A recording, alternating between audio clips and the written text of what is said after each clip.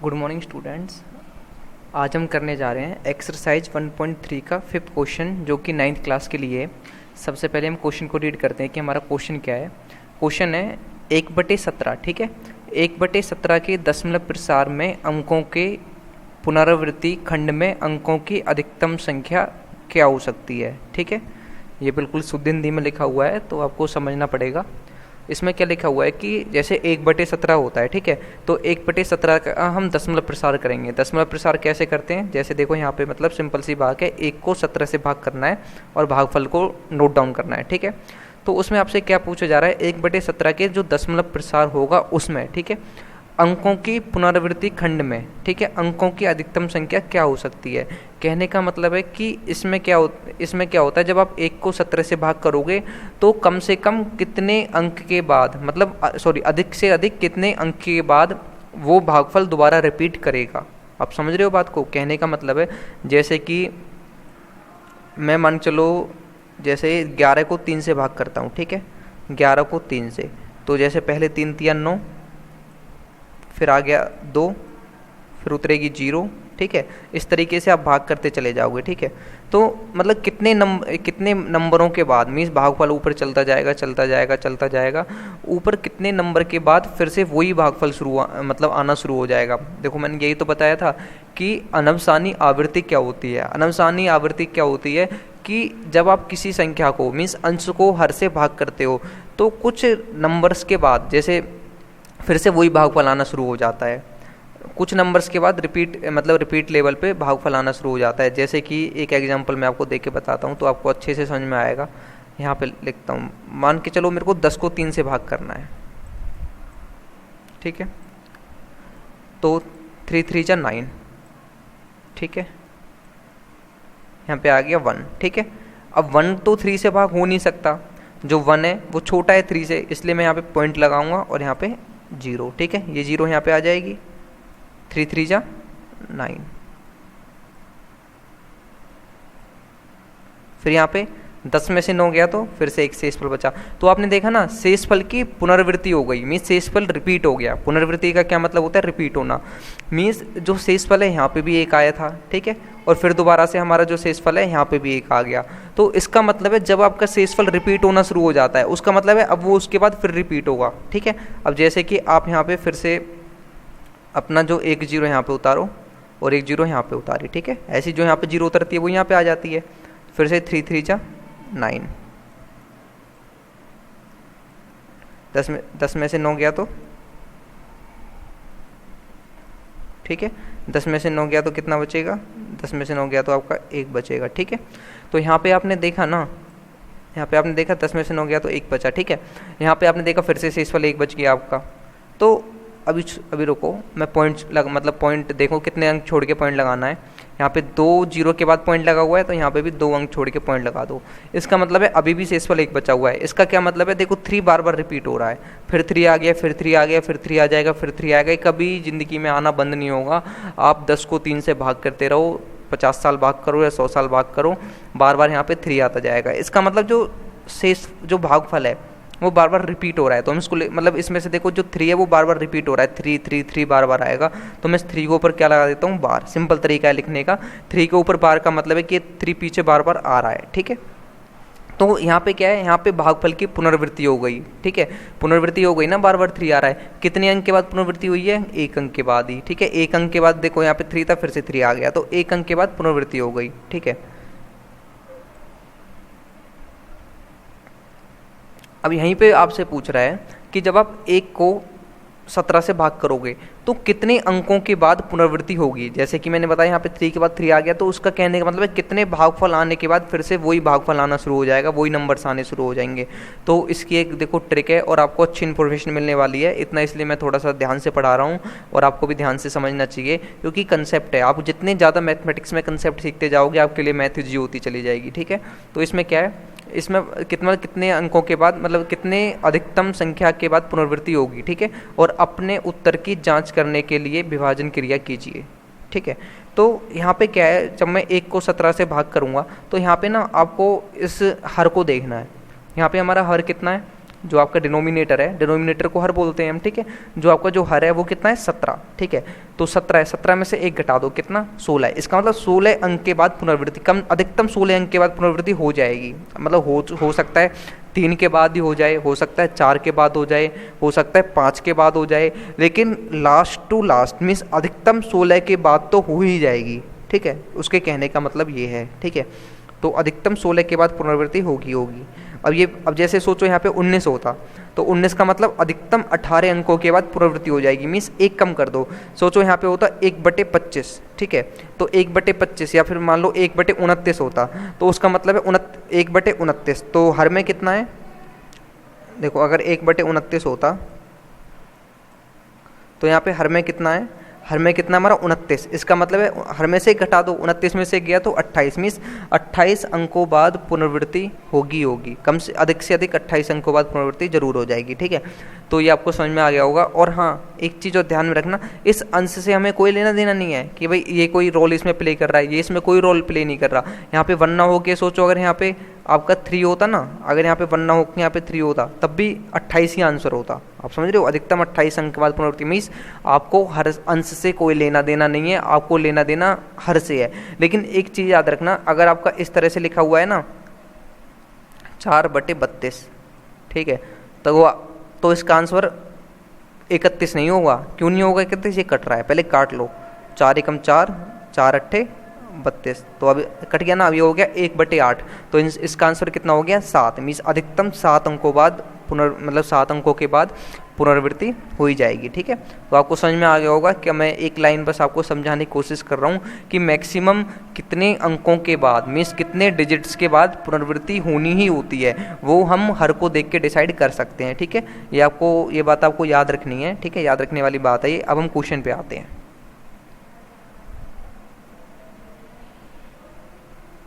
ठीक है। तो हमारे क्वेश्चन में पूछा था कि अधिकतम कितने अंकों के बाद पुनरावृत्ति होगी, तो हम बता सकते हैं ना कि 1/17 के दशमलव प्रसार में, रेड स्लाइड कर लेता हूँ, ठीक है। 1/17 के दशमलव प्रसार में अंकों के पुनरावृत्ति खंड में अंकों की अधिकतम संख्या 16 है। 16 होगी ना, क्योंकि हर कितना है 17, मीन्स 17 से कम, ठीक है, हो सकती है, ठीक है।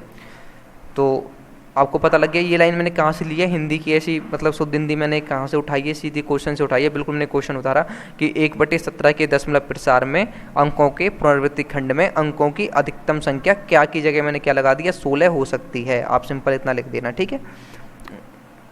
उसके बाद उसने क्या बोला है, अपने उत्तर की जांच करने के लिए विभाजन मीन्स होता है भाग क्रिया कीजिए, ठीक है। तो हमें मतलब इसकी जांच करने के लिए भाग करके बतानी है कि अधिक से अधिक 16 अंक के बाद रिपीट हो ही जाएगा। उसके बाद रिपीट मतलब उससे 16 के बाद 17 भी नहीं होगा, 16 के बाद पक्का रिपीट होगा। अब भाग आप देखो तो आपको समझ में आ जाएगा, ठीक है। भाग में थोड़ा सा ध्यान देना, यहाँ पे देखो 1 है और यहाँ पे 17 है। पॉइंट के बाद आप, मैंने तो देखो शुरुआत में 6 जीरो लगाता हूँ मैं, आप जितनी मर्जी उतनी लगा सकते हो, ठीक है। इनिशियली मैं 6 जीरो लगा के चल रहा हूँ, ठीक है। बाद में बढ़ाना भी पड़ जाता है ना, 3 4 5 6, यहाँ तक हो गई 6 हमारी, ठीक है। थोड़ा रफ कर देता हूँ, पॉइंट लगाने में गड़बड़ नहीं होनी चाहिए, याद रखना, ठीक है। 1 2 3 4 5 6, ठीक है। तो हम शुरू करते हैं। पहले देखो 1 17 से भाग हो नहीं सकता, ठीक है। 1 17 से भाग हो नहीं सकता, तो यहाँ पे पॉइंट लगा लिया मैंने और 1 जीरो ले ली। जब 1 जीरो ले ली तो ये कितना हो गया, 10 हो गया। हम जानते हैं 10 भी 17 से छोटा है, तो 10 भी 17 से भाग नहीं हो सकता, इसे मैंने 1 जीरो और यहाँ तक अभी आगे लेके चल रहा हूँ मैं, ठीक है। अब कितना हो गया, 100 हो गया, तो 100 तो 17 से भाग हो जाएगा, तो 17 पंजे 85 और 17 छिक्के कितने होते हैं 102, तो 102 ज़्यादा हो गया इसलिए 5 पे चला गया, 17 पंजे 85, ठीक है। यहाँ पे मैंने 85 लिख दिया। 10 में से 5 गया तो 5 और 10 यहाँ बचा 9, 9 में से 8 गया तो 1, ठीक है। अब ये जीरो मैंने यहाँ पे उतार ली, ये जीरो यहाँ पे आ गई, ठीक है। तो यहाँ पे कितना हो गया 150। अब 150 कितने पे जाएगा, देखो 17 8 136 होते हैं और 17 निम्मा 153, 153 तो 150 से ज़्यादा होते हैं, इसलिए 8 पे चला गया, ठीक है। 17 8 136, ठीक है। तो यहाँ पे 136 आ गया। 10 में से 6 गया तो 4, 4 में से 3 गया तो 1 और जीरो मैंने यहाँ पे उतार ली, ठीक है। जब शेषफल आपका एक आ जाए ना तो समझ लेना उसके बाद रिपीट हो जाएगा, क्योंकि मैंने शुरुआत कहाँ से करी है, एक से। तो जब तक शेषफल एक नहीं आएगा आप भाग करते रहो, जैसे ही शेषफल आपका एक आ जाए आप समझ लेना इसके बाद वापस यही डिजिट आनी शुरू हो जाएंगी, 5 8 8 2 3 5 2 9 4 1 1 ऐसे करके, ठीक है। तो जब तक शेषफल एक ना आए तब तक भाग करते रहो, ठीक है। तो यहाँ 140 हो गया। अब कितने पे गया, 17 8 136, ठीक है। 10 में से 6 गया तो 4, और देखो 10 में से 6 गया तो 4, 3 में से 3 गई तो 0। 0 लिखने का फ़ायदा नहीं होता इसलिए मैंने यहाँ पे नहीं लिखी, ठीक है। और एक और 0 मैंने यहाँ पे उतार लिया। अब कितने पे जा रहा है, 40 है तो 2 पे चला जाएगा, 17 दूनी 34, ठीक है। 34 आ गया।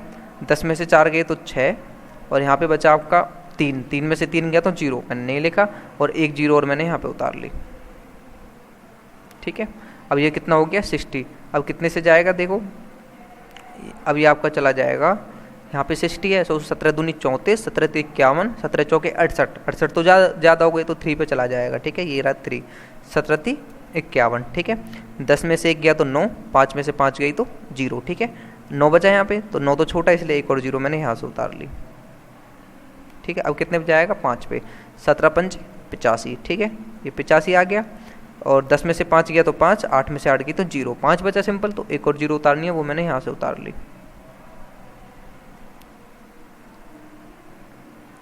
ठीक है। अब ये हो गया 50, कितने पे जाएगा, 17 दूनी 34, 17 3 51, 3 तो ज़्यादा हो गई इसलिए 17 दूनी 34। 10 में से 4 गया तो 6, और यहाँ पे 4, 4 में से 3 गया तो 1, 16 बचे। 16 तो 17 से छोटा है इसलिए एक 0 और उतार लेते हैं, ये वाली 0,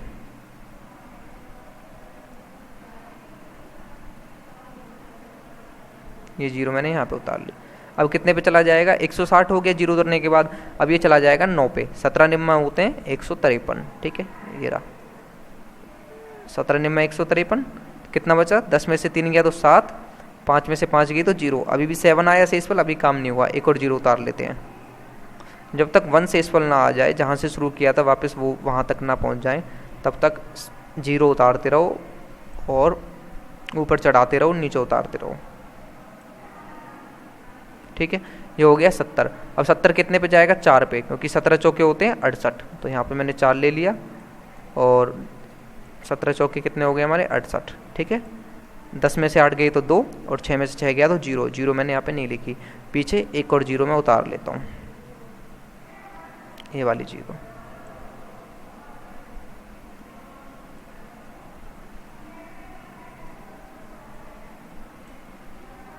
ये आ गई, ठीक है।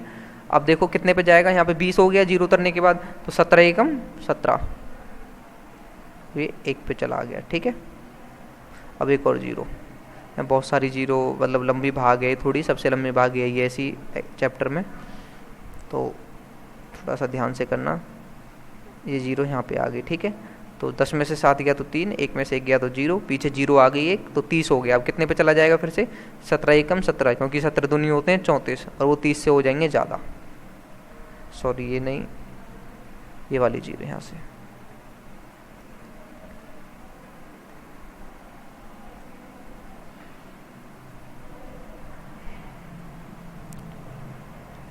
ठीक है।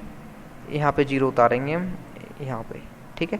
तो यहाँ पे 0 उतारेंगे, कितना हो जाएगा, 130, मैंने यहाँ पे लिख दिया ये, ठीक है, ये लिख दिया, ठीक है। यहाँ पे देखो जो चीज़ यहाँ पे पेज ख़त्म हो गया था इसलिए मैं आगे नहीं लिख पाया, यहाँ पे 0 उतरेगी, यहाँ पे 0 जब उतरेगी ये, तो कितना हो जाएगा हमारा ये 130, मैंने यहाँ पे लिख दिया, ठीक है। अब 130 कितने पे जा रहा है, 17, देखो 17 7 119 होते हैं, 17 8 136, तो 8 पे तो जाएगा नहीं, 8 बड़ा हो जाएगा, 7 पे चला गया, 17 7 119, ठीक है। तो 10 में से 9 गया तो 1, 2 में से 1 गया तो 1, 11 बचा, उतारनी एक और 0 है, तो ये वाली 0 हम यहाँ उतार लेते हैं, ये आगे, ठीक है। तो 110 हो गया। अब कितने पे जाएगा, 17 6 के 102 होते हैं, और 17 7 119, तो 7 पे ज़्यादा हो गया इसलिए 6 पे ले लेते हैं, ठीक है। ये आगे 6, तो 17 6 के 102, 10 में से 2 गए तो 8, 0 में से 0 गया तो 0, अभी भी नहीं आया एक शेषफल, तो एक और,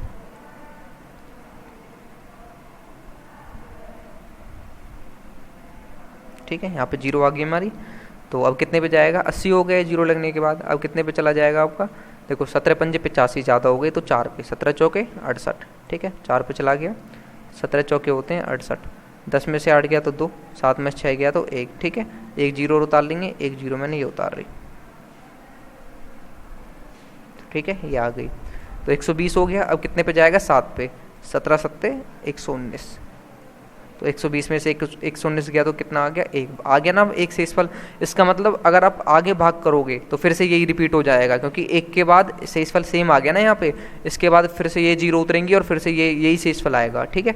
तो यहाँ पे कितने अंक हो गए, सबसे पहले देखो यहाँ से, देखो इन 0 को आप मत गिनो। ये आप जब शुरू में जब देखो भाग करना शुरू करोगे तो आप पॉइंट नहीं लगाओगे ना, आप ऐसे आपकी भाग ऐसे आएगी। तो मुझे 0 कैसे लगाते हैं वो देखना। सबसे पहले हम गिनेंगे हमारा कितने 0 हैं, एक पॉइंट के बाद कितने 0 हैं। 1 2 3 4 5 6 7 8 9 10 11 12 13 14 15 16 0 हैं, ठीक है। तो 16 छोड़ के पॉइंट लगाना है। तो 1 2 3 4 5 6 7 8 9 10 11 12 13 14 15, ठीक है। फिर से गिनूँ, 1 2 3 4 5 6 7 8 9 10 11 12 13 14 15, 16 छोड़ के लगाना था, ये तो 15 ही है। तो एक 0 भर दो, हो गई। रुको,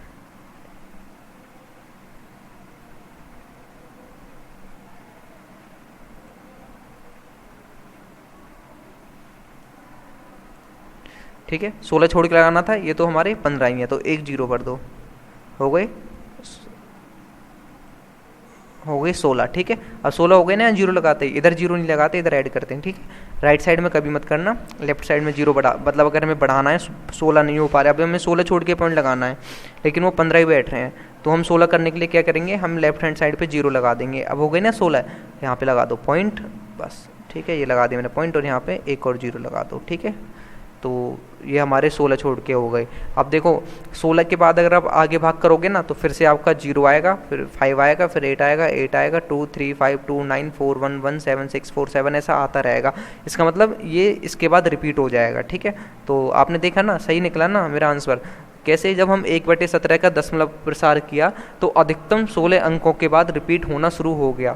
हो सकता है 3 में भी हो जाता, हो सकता है 4 अंक बाद रिपीट होता, हो सकता है 5 अंकों के बाद रिपीट हो जाता, ठीक है।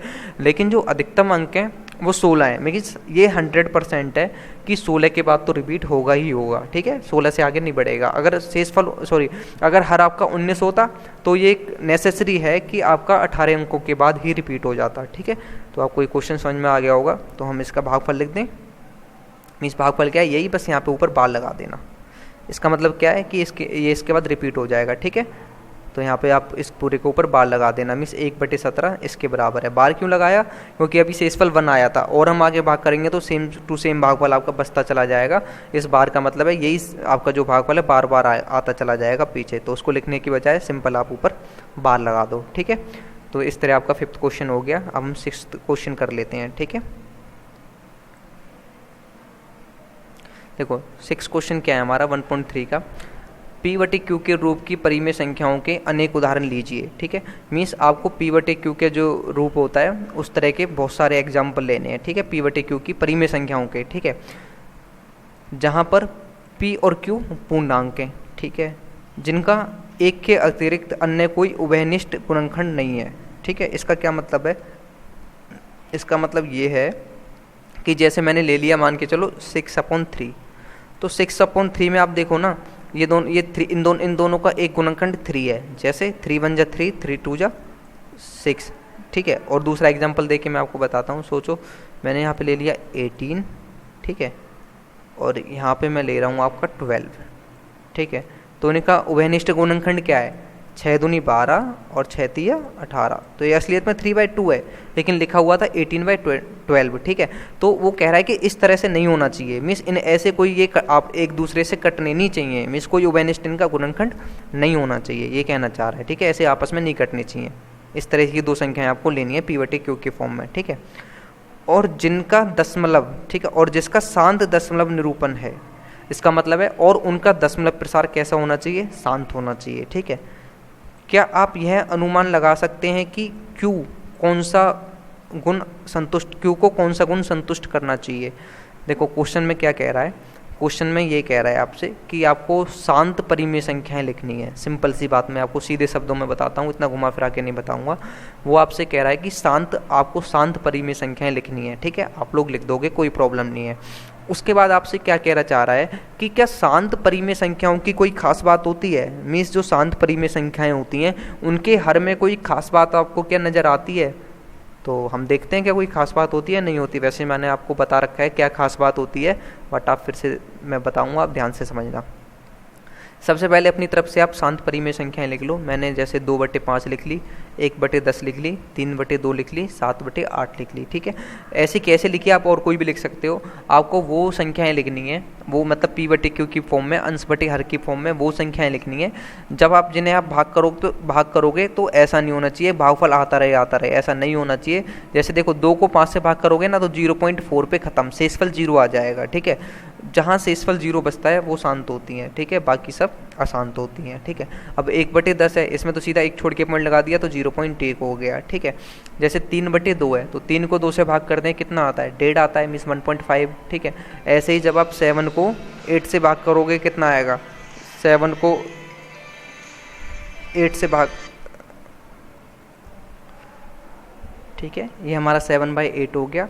तो जब आप 7 को 8 से डिवाइड करोगे तो आपका कितना आएगा, 0.875। ठीक है, तो इस तरह से आपने देख लिया कि जब हम अंश को हर से भाग करते हैं तो डिफरेंट हमारे भागफल आ रहे हैं, लेकिन वो टर्मिनेट हो जा रहे हैं, मीन्स वो सारे के सारे शांत हैं। ठीक है, तो आपको अब इसमें क्या है, इनके हर में खास बात आपको बतानी है।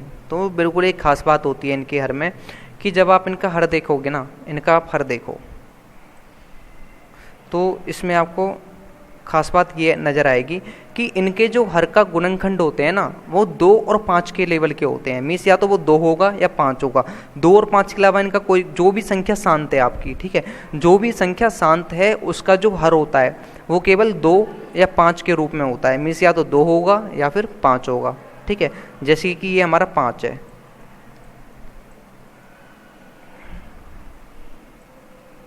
ठीक है, तो आप इसके बाद जो गुणनखंड करो, 5 के कितने हो जाएंगे, 5 एकम 5, तो 5 बराबर कितना हो जाएगा, 5 गुना 1। ठीक है, वैसे ही आप 10 के करोगे, आप देखोगे इनके जो अभाज्य गुणनखंड है ना उनमें 2 और 5 के अलावा कोई नंबर नजर नहीं आएगा। 10 के करो, जैसे 2 से गया, 2 पंजे 10, अभी 5 बचा हुआ है तो 5 से, 5 एकम 5। ठीक है, तो इनके जो अभाज्य गुणनखंड है उनमें क्या बचा, केवल 2 और 5।